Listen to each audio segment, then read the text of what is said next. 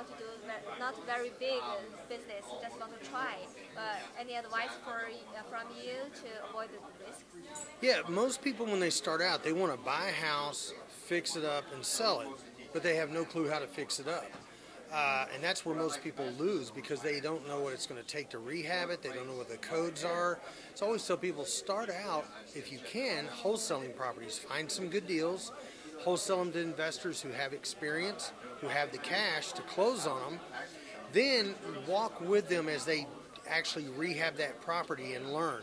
We actually do a bus trip every year up in Fort Worth where we go out in the field with my property inspector, some of my rehab crew team, and we show them by running estimates what it takes to rehab a house. Most people see a TV show and go, okay, it's 5, 10, 15, but they don't know how to handle the what ifs. What if you run into this, termites, foundation issues? So I think the best way, and it's the way I started out 30 years ago, is start out wholesaling. Find good deals, put them under contract, sell the contract, get paid, then watch the seasoned guy, see what he did to the property.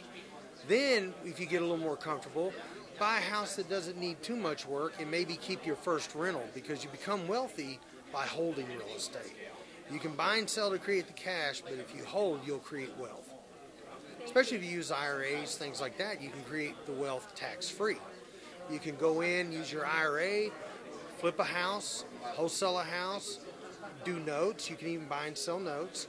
Or you could just keep it as a rental, but all the money that goes into the IRA is then tax-free if you're using a Roth IRA. So there's a lot of tools you can use to invest in real estate. It's just the more, I tell everybody, the more you know, the more you're worth. That's our saying around our office. In our business, my wife and I always, the more you know, the more you're worth, and you want to know as much as you can so when you run into an issue, you're familiar with it.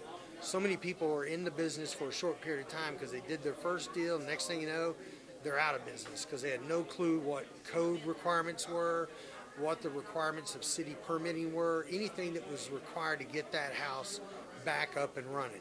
And wholesaling, you don't have to risk that because you're not going to do that. You're just going to sell that contract. Yeah, if we do the wholesale business, actually there's a small risk because the investors will pay the cash. That's right. But for the investors, if they buy a house in a high price and use a lot of money to fix it, to rehab it, right. And how can the investors avoid it?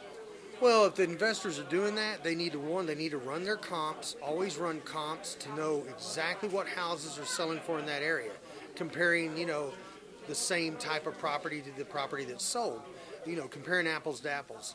Then they need to know their estimates. They need to know if it needs foundation, what do foundations cost. I mean, it could be, in slab foundations, you have things that are called piers they put in. Well, piers could run anywhere from $200 a pier to $500 a pier. So you want to work with good companies because eventually, if they're going to retail that house, they're going to eventually sell it to a homeowner. And that homeowner is probably going to hire an inspector. The house needs to pass. The house has to meet all the requirements. The appraiser is going to come in and appraise it. So they need to do all that, in a sense, in advance. They need to do their due diligence. They need to know what they're doing.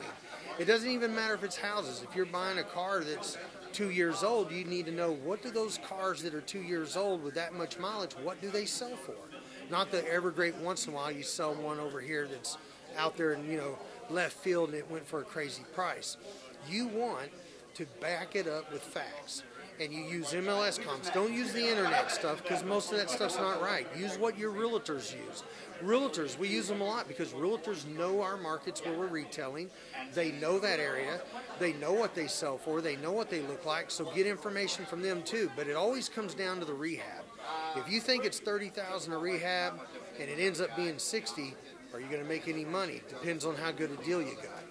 But that's the key. The better the deal, the more mistakes you can make.